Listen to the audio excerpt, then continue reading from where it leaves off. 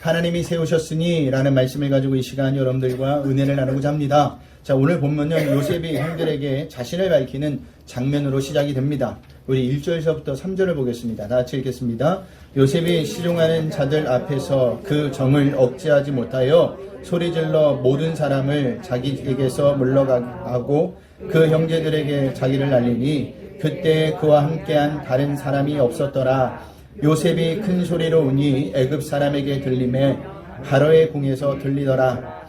요셉이 그 형들에게 이르되 나는 요셉이라 내 아버지께서 아직 살아계시니까 형들이 그 앞에서 놀라서 대답하지 못하더라. 아멘. 자, 요셉은 자기를 애굽의 노예로 팔아 넘겼던 형 유다가 동생 베냐민을 위하여 대신하여 종이 되겠다는 고백을 듣고 감정을 억제하지 못하고 형들에게 자신이 요셉이라는 것을 밝힙니다. 그리고 그 고백을 들은 형들 입장에서는요, 아마 자신들의 귀를 의심했을지도 모릅니다.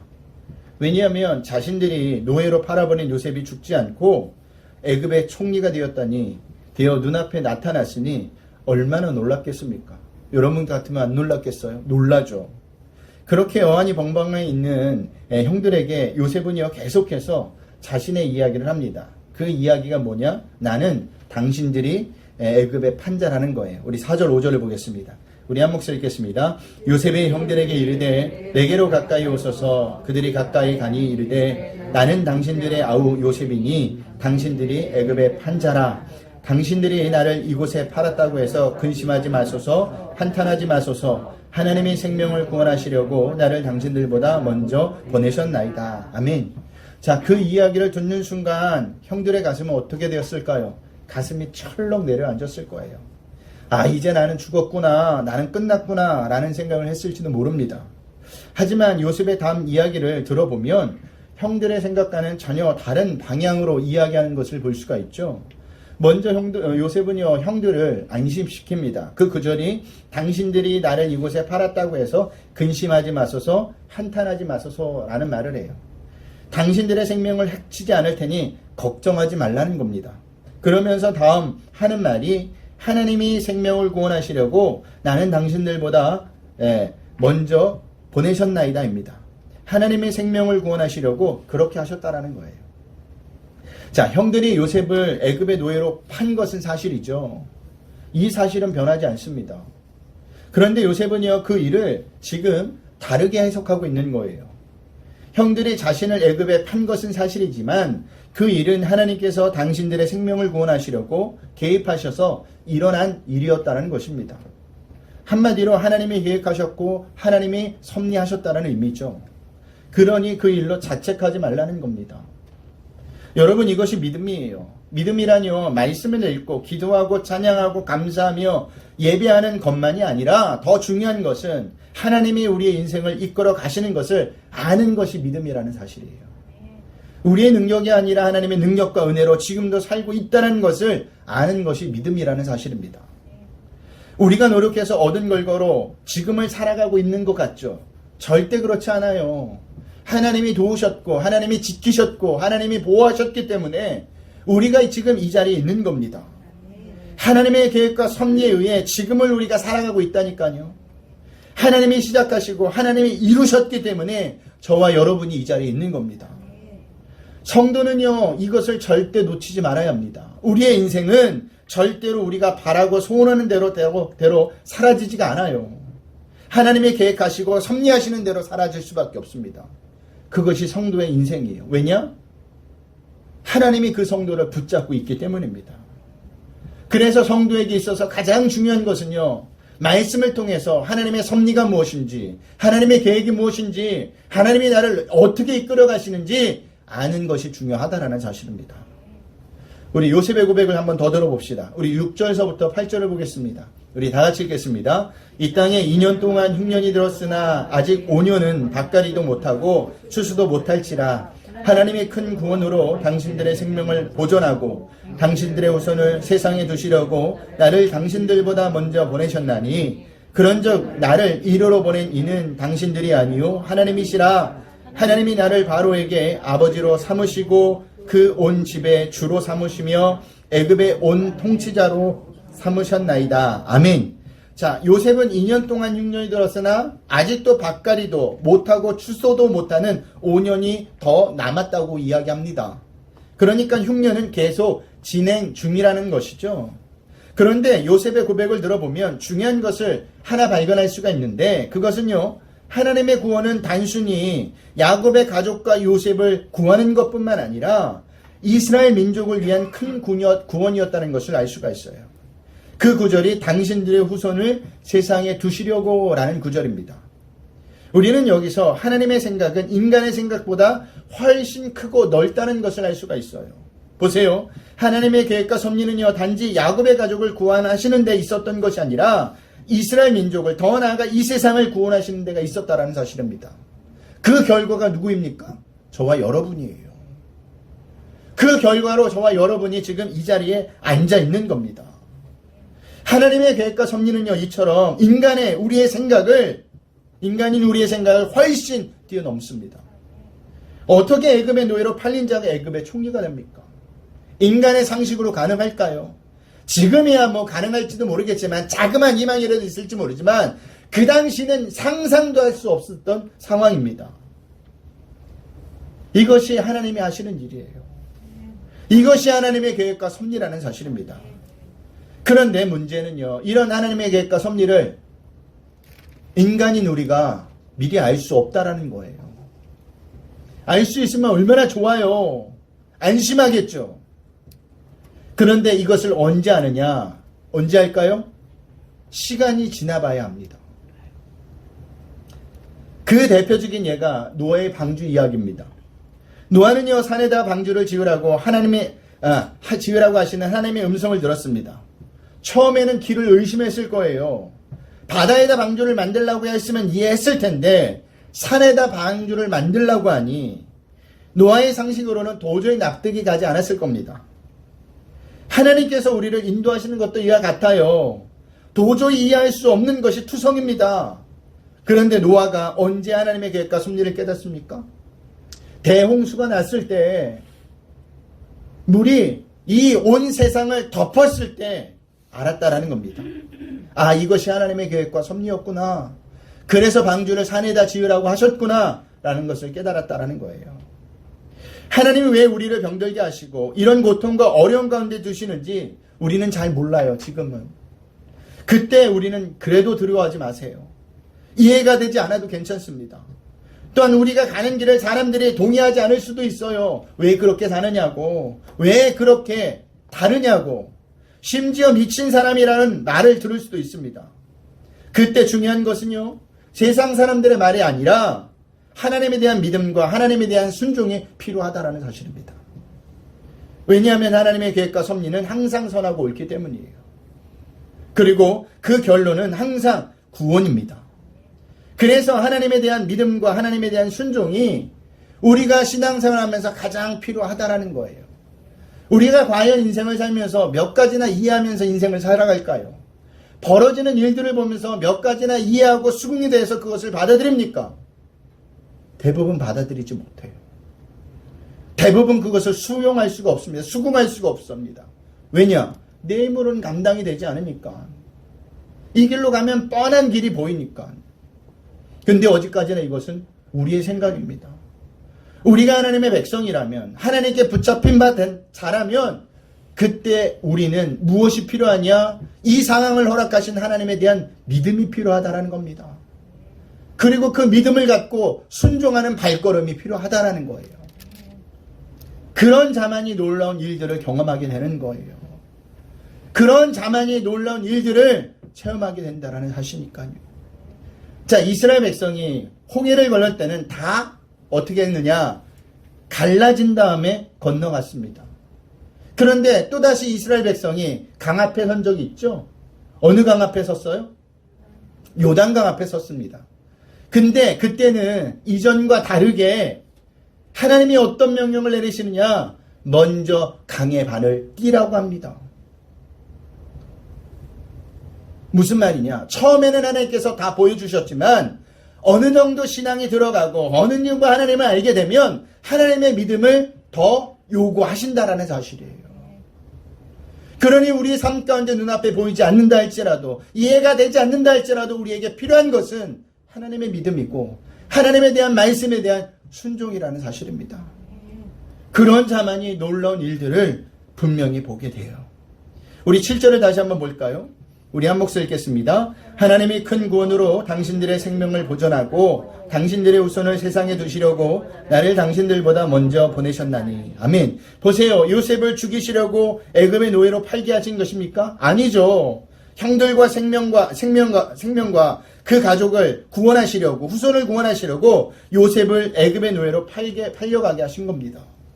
이처럼 하나님의 계획과 섭리는 우리를 죽이는 데 있는 것이 아니라 살리는 데 있어요. 구원하는 데 있습니다. 그러므로 성도인 우리에게 알 수 없는 고통과 고난이 올 때 그때도 우리는 하나님의 계획과 섭리를 믿고 순종하셔야 돼요. 그렇게 하나님을 믿고 순종하다 보면 그것이 선하고 옳았음을 분명히 알게 된다라는 사실입니다. 자, 요셉의 말을 또 들어봅시다. 우리 9절에서부터 11절 말씀입니다. 다 같이 읽겠습니다. 당신들은 속히 아버지께로 올라가서 아뢰기를 아버지 아들 요셉의 말에 하나님이 나를 애굽의 전국에 주로 세우셨으니 지체하지 말고 내게로 내려오사 아버지 아들들과 아버지의 손자들과 아버지의 양과 소와 모든 소유가 고센 땅에 머물며 나와 가깝게 하소서. 흉년이 아직 5해가 있으니 내가 거기서 아버지를 본향하리이다. 아버지와 아버지의 가족과 아버지께 속한 모든 사람에게 부족함이 없도록 하겠나이다 하더라 전하소서. 아멘. 자, 요셉은요 형들을 보내면서 먼저 아버지 야곱에게 이렇게 전하라고 합니다. 어떻게 전하라고 하느냐? 하나님이 나를 애굽 전국의 주로 세우셨으니. 강조점이 어디 있습니까? 하나님이에요. 요셉은 왜 하나님을 강조한 것이죠? 자신이 이렇게 된 것, 애굽의 총리가 된 것은 전적인 하나님의 계획과 섭리였다는 것을 아버지에게도 동일하게 말하고 싶었던 거예요. 그래야 아버지가 가나안을 떠나 애굽으로 올 수 있는 결심을 할 수 있었기 때문이에요. 자, 우리는요 잠깐 이 시간 야곱의 입장에서 한번 생각해 보자고요. 자, 만약 여러분이 야곱이라면 하나님께서 약속하신 가나안을 쉽게 떠날 수가 있을까요? 없어요. 자식들을 다 내보내고도 자신만은 하나님께서 약속하신 가나안 땅을 지키겠다고 고집을 부렸을지도 모릅니다. 어른들이 그러잖아요. 시골에 살면서 자녀들이 우리와 같이 살자고 이야기해도 부모님들은 고집을 부리세요. 여기가 편하다. 내가 여기를 평생 살았는데 어딜 가겠느냐. 그냥 나 혼자 여기 살겠다. 분명히 이야기할 겁니다. 그런데 분명 가나안 땅은요 하나님께서 약속하신 곳이에요. 그러니 야곱은 더 고집을 부렸을지도 모릅니다. 그런데 하나님이 그렇게 하셨다고 하면 이야기가 달라지는 거예요. 야곱의 입장에서는. 그리고 실제로 야곱은요 그 말을 듣고 가나안을 떠나 애굽으로 오게 됩니다. 자, 이렇게 야곱이 움직일 수 있었던 결정적인 계기가 무엇이냐? 하나님이었다라는 사실이에요. 하나님께서 그렇게 하셨다는 것에 야곱이 움직인 겁니다. 이와 마찬가지로 여러분이 어떤 결정함에 있어서 상황과 환경 또 사람의 영향을 받는 것이 아니라 저는요 여러분이 하나님의 영향을 받는 자가 되었으면 좋겠습니다. 제가 왜 이런 말을 하느냐 하면 여러분이 어떤 일을 결정함에 있어서 영향을 받는 것이 대부분이 하나님이 아니라 상황과 환경, 사람일 때가 너무 많기 때문이에요. 그래서 하지 말아야 될 결정을 합니다. 가지 말아야 될 곳에 가게 돼요. 그리고 가서 결정을 해서 꼭 후회를 한다는 사실이에요. 그러면 왜 이런 결정을 하느냐? 이유는 딱 한 가지뿐이 없어요. 마음 중심에 하나님이 없기 때문이에요. 마음 중심에 하나님을 두면요 하나님 중심으로 생각하고 판단하고 행동을 합니다. 하지만 마음 중심에 다른 것을 두게 되면 다른 중심으로 생각하고 판단하고 행동을 하게 되어 있어요. 그런 면에서 바울을 보세요. 바울은요 빌립보 교회를 개척한 사람입니다. 그래서 빌립보서는요 바울이 빌립보 교인들에게 보낸 편지의 내용이에요. 그런데 바울이 복음을 전하다가 감옥에 가게 되자 빌립보 교인들에게 두 가지 반응이 나타났습니다. 하나의 반응은 바울을 지지하는 세력들이에요. 바울이 죽음을 두려워하지 않고 복음을 전하다가 감옥에 간 것에 감동하여 자신들도 힘을 얻어 바울과 같이 일사각오의 심적으로 복음을 전하고자 한 겁니다. 그런데 또 다른 반응이 있었어요. 그 반응은 바울을 반대하는 지지자들이었습니다. 이들은 바울이 존경받는 것을 시기하고 질투해서 감옥에 간 것을 사람들에게 복음을 전할 때 바울이 뭔가 잘못한 것이 있었기 때문에 감옥에 간 것이라고 이야기를 했습니다. 그러면서 이제 바울이 전한 복음을 잊어버리고 우리가 전한 복음을 받아들이려고 한 겁니다. 그때 그 소식을 바울이 들어요. 감옥에서. 그리고 어떻게 하느냐. 빌립보에서 펜을 들고 이렇게 부탁을 합니다. 빌립보 교인들에게. 우리 빌립보서 1장 18절 말씀을 우리 화면에 나와 있는데 우리 다 같이 보겠습니다. 다 같이 읽겠습니다. 시작. 그러면 무엇이냐? 거칠애로 하나 참으로 하나 무슨 방도라든지 전파되는 것은 그리스도니 이로써 나는 기뻐하고 또한 기뻐하리라. 아멘. 자, 바울의 입장은 무엇이든지 어떤 것이든 상관이 없다라는 거예요. 그러면서 어떤 것으로도 예수님이 전파되는 것이 나는 기뻐한다라고 말하고 있는 겁니다. 나는 예수님만 전파되면 어떻게 되는 상관이 없다라는 겁니다. 바울이 어떻게 이럴 수가 있죠? 바울 마음의 중심에 복음이 있었기 때문이에요. 예수님이 있었기 때문입니다. 그 마음에 예수님의 중심이 있었기 때문에 모든 것을 예수님의 중심으로 생각할 수 있었던 것이니 예수님이 전파되는 것이 그것 또한 바울의 입장에서는 기쁜 일이었다라는 겁니다. 그런데 우리는 어떻죠? 예수님이 중심이 있어야 되는데, 말씀이 중심이 있어야 되는데 그러지가 않아서 내가 배제되고 내가 소외되고 내가 무시당하면 화를 냅니다. 내가 배제되고 내가 무시되고 그런데도 복음이 전해져도 감사해야 되는데 그러지 않고 있어요. 왜 그럴까요? 그 중심에 누가 있기 때문이에요? 나가 있기 때문입니다. 여러분들에게 다시 한번 부탁드릴게요. 마음 중심에 여러분이 주인이 아니라 하나님이 주인이 되시길 바랍니다. 마음 중심에 하나님을 두시길 바랍니다. 마음 중심에 하나님을 두고 결정하면 하는 일은 후회함이 없어요. 내가 어떻게 되든 복음이 전해지면 그거로 감사할 수 있다니까요. 여러분 마음 중심에 자식들이 많이 중심에 있잖아요. 네. 그 자식이 잘 되면 시기합니까? 그 자식 너무 잘 됐네. 막 시기해요? 어떡할까요? 내일처럼 기뻐하죠. 시골에는요, 좋은 대학만 가도 뭘 붙이는지 아세요? 현수막을 붙여요. 내일이에요, 내일. 왜 그럴까요? 그 마음 중심에 자식이 우선이기 때문이에요. 마찬가지라는 겁니다. 그런 의미에서 여러분 마음 중심에 하나님이 있으셔야 합니다. 그래야 시험에 들지 않아요. 여기서 한 가지 더 생각해 볼 것이 있습니다. 그것은요, 요셉이 형들에게 아버지를 모셔와 어디에 정착하여 살라고 합니까? 어디요? 고센 땅입니다. 그런데 왜 고센 땅일까요? 고센 땅은요, 나일강 동쪽에 위치한 지역으로 유목 생활을 하지 않았던 애굽 사람들 입장에서는 쓸모없는 땅이었습니다. 하지만 유목민이었던 야곱의 가족 입장에서는 쓸모있는 땅이에요. 그래서 고센 땅을 정착해서 살라고 한 겁니다. 그런데 여기에 외적인 이유 말고 영적인 이유가 더 있습니다. 고센 땅은요, 지리적으로 보면 바로가 있는 애굽의 수도와 가장 멀리 떨어져 있는 곳이었어요. 그 의미는요, 많은 우상을 섬기던 애굽의 영향을 덜 받는 곳이었다는 의미입니다. 그리고 후에 애굽을 떠나 다시 가나안으로 돌아갈 때도 보다 쉽게 애굽을 떠날 수 있는 지역이기도 했습니다. 그래서 이 모든 것을 감안하여 요셉은요, 고센 땅을 선택한 거예요. 철저하게 요셉은 신앙적으로 생각하고 판단하고 결정을 했다라는 사실입니다. 자, 요셉의 이 결정은 오늘을 살아가는 성도인 우리에게도 이 세상에서 어떻게 살아야 하는지를 보여줍니다. 성도인 우리의 목적지는 이 세상이 아니에요. 이 세상은 잠깐 머물다가 가는 곳입니다. 그렇다면 성도인 우리에게 목적지는 어딜까요? 천국, 하나님의 나라입니다. 그 의미는 성도인 우리는요, 잠깐 머물 이 세상에서 거리를 두고 살아야 한다는 거예요. 왜 거리를 둬야 하는 겁니까? 세상 문화와 세상 사람들과 거리를 두지 않으면 영향을 받고 이 세상을 떠나기 싫어하기 때문입니다. 창세기 34장을 보면 야곱은요 외삼촌 집에서 도망쳐 나와 바로 베델로 가지 않고 어디 머물릅니까? 세겜에 머물렀던 적이 있었어요. 그때 야곱의 딸 디나가 그 땅의 딸들을 보러 나간 적이 있어요. 한번 볼까요? 창세기 34장 1절 말씀입니다.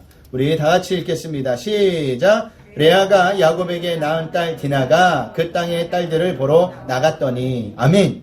자, 그런데 디나는요 그냥 그 땅의 딸들을 보러 나간 것이 아니라 세겜 문화를 즐길 의도를 가지고 나간 것이었습니다.